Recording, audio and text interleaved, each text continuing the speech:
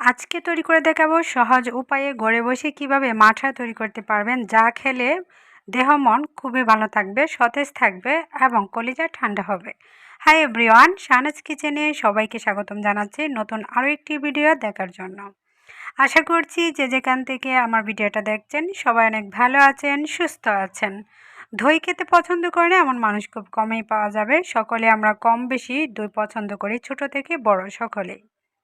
আবার মাঠাও আমরা অনেকে মজা করে খেয়ে থাকি। অনেকে জানি না যে শরীরের জন্য কতটা উপকার আসে।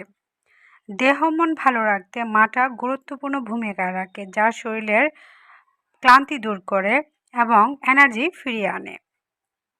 সেই সঙ্গে এই দই চুলের জন্য ব্যবহার করা যায়, ত্বকের যত্নেও ব্যবহার করা যায়, যা ব্যবহার করলে চুল সিল্কি হয়, লম্বা হয়, চুল পড়া বন্ধ করে। আর ত্বকের যত্নে ব্যবহার করলে ত্বকটাকে গ্লোয়িং করতে সাহায্য করে।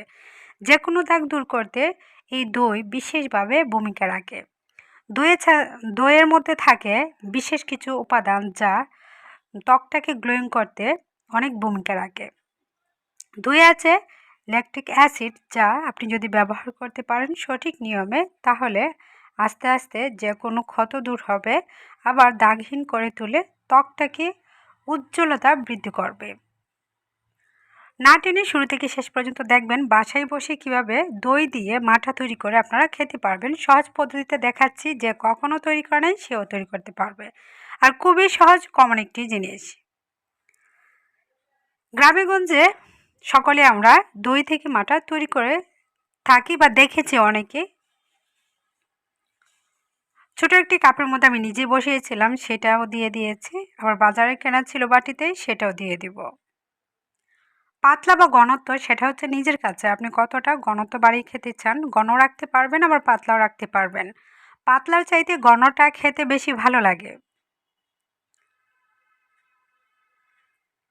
পানির পরিমাণ এর চেয়ে কমও দিতে পারবেন, তবে আমি যতটুকু দিয়েছি একবারে পাতলাও হয় নাই, আবার বেশি একটা ঘনত্ব থাকে না, খেতে অনেক ভালো লেগেছে। বাসায় যদি দই থাকে, অনেকে আছে দই খেতে পারে না, দইটা খেলে অনেক ধরনের সমস্যা হতে পারে, তারা কিন্তু মাঠা খেতে পারেন। দইয়ের চাইতে বিশেষভাবে উপকার করে মাঠা। বাটিটার মধ্যে লেগে আছে, তাই বাটিটা পানি দিয়ে ধুয়ে সম্পূর্ণটা জগের মধ্যে ঢেলে দিচ্ছি।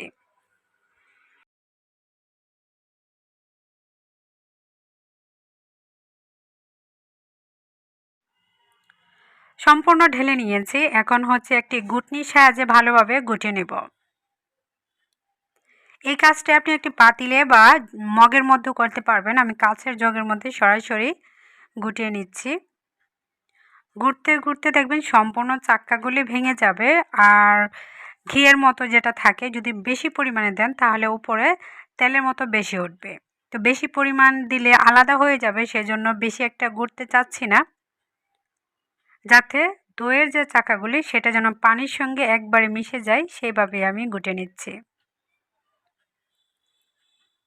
যাদের সব সময় দুশ্চিন্তা হয় বা ঘুম কম হয়, তারা কিন্তু মাঠা খেতে পারেন প্রতিদিন। 250 গ্রাম বা 500 গ্রাম মাঠা যদি আপনি প্রতিদিন তৈরি করে খেতে পারেন, তাহলে ঘুম খুব ভালো হবে এবং মাথা ব্যথা থাকলে সেটাও কমে যাবে, আবার দুশ্চিন্তাও কম হবে। ঘুম হলেই দেখবেন মাথা ঠান্ডা থাকে এবং দুশ্চিন্তা কম হয়। টেস্ট বাড়ানোর জন্য এখানে ভরপুর গোল চামচ দিয়ে 2 চামচ পরিমাণ আমি দিয়ে দিচ্ছি চিনি, তারপর দিচ্ছি স্বাদ মতো লবণ। লবণটা অবশ্যই দিবেন, লবণ কিন্তু মানবদেহের জন্য অনেক উপকার করে। আর মিষ্টির ব্যালেন্স ঠিক থাকবে। আর দইয়ের মধ্যে যেহেতু টক একটি ভাব থাকে, যদি একটু লবণ দেওয়া যায় তাহলে খেতে আরও দ্বিগুণ স্বাদের মনে হয়। চিনি আর লবণ দিয়ে ভালোভাবে মিশিয়ে নিলেই তৈরি হয়ে যাবে আমার ঘরোয়া উপায়ে দই দিয়ে মাঠা। আজকের রেসিপিটা কেমন লাগলো অবশ্যই কমেন্ট বক্সে কমেন্টে জানাবেন। বেশি ভালো লাগলে ফ্রেন্ডস ফ্যামিলিদের সাথে শেয়ার করবেন। আপনাদের একটি কমেন্ট আর একটি শেয়ার আমাকে কাজ করার অনেক উৎসাহ যোগায়, তাই ভালো ভালো কমেন্ট করবেন এবং শেয়ার করতে কিন্তু ভুলবেন না। ফেসবুক পেজ থেকে দেখলে আমার পেজটা ফলো দিয়ে রাখবেন, আর ইউটিউব থেকে দেখে থাকলে সাবস্ক্রাইব করার পর অল বাটনে ক্লিক করে রাখবেন, তাহলে প্রত্যেকটা ভিডিও ছাড়ার সাথে সাথে আপনার মোবাইলে নোটিফিকেশন চলে যাবে। যখন ইচ্ছা তখনই আপনি আমার ভিডিওটা দেখে নিতে পারবেন। 3টি গ্লাসে ঢেলে আমি আপনাদেরকে পরিবেশন করে দেখিয়ে দিয়েছি। এই খাবারটি আপনি বিকালে খেলে বেশি আরাম পাবেন। মেহমানদেরকেও এমন মাঠা তৈরি করে খাওয়াতে পারেন।